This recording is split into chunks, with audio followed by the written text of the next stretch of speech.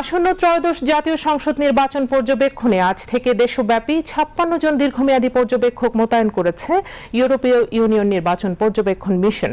প্রথম পর্যায়ে সারা দেশে এই পর্যবেক্ষক দল নির্বাচনী প্রক্রিয়ার মাঠ পর্যায়ের পর্যবেক্ষক ও সামগ্রিক মূল্যায়ন প্রক্রিয়ায় অংশ নেবেন।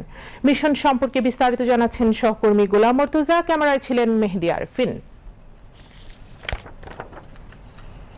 আসন্ন ত্রয়োদশ জাতীয় সংসদ নির্বাচনকে সামনে রেখে দেশব্যাপী মাঠ পর্যায়ের কার্যক্রম শুরু করেছে ইউরোপীয় ইউনিয়ন নির্বাচন পর্যবেক্ষণ মিশন।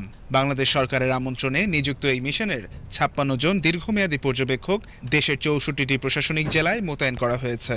দীর্ঘমেয়াদী পর্যবেক্ষকরা আঞ্চলিক পর্যায়ে নির্বাচনের গুরুত্বপূর্ণ দিকগুলো নিবিড়ভাবে পর্যবেক্ষণ করবেন এবং ঢাকা ভিত্তিক মূল দলের বিশ্লেষণ কার্যক্রমে সহায়তা করবেন।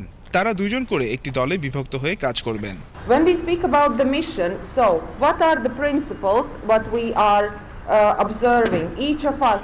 যখন আমরা এই মিশনের কথা বলি তখন এর মূল নীতিগুলো স্পষ্টভাবে উল্লেখ করতে হয়।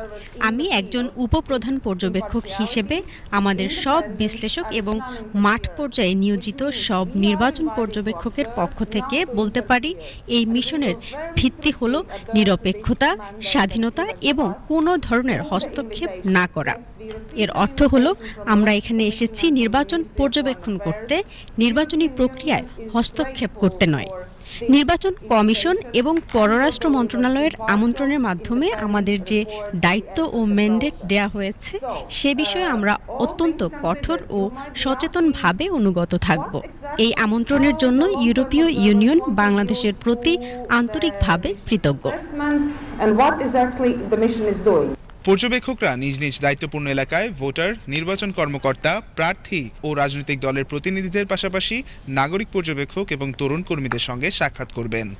এই কার্যক্রম শুধু বড় শহরেই সীমাবদ্ধ থাকবে না, ছোট শহর ও গ্রামাঞ্চলেও পরিচালিত হবে।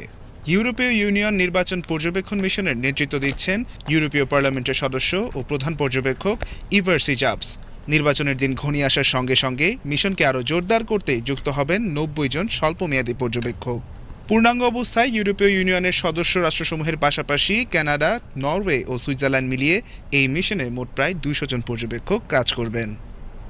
গোলাম মর্তুজা, বিটিভি নিউজ, ঢাকা।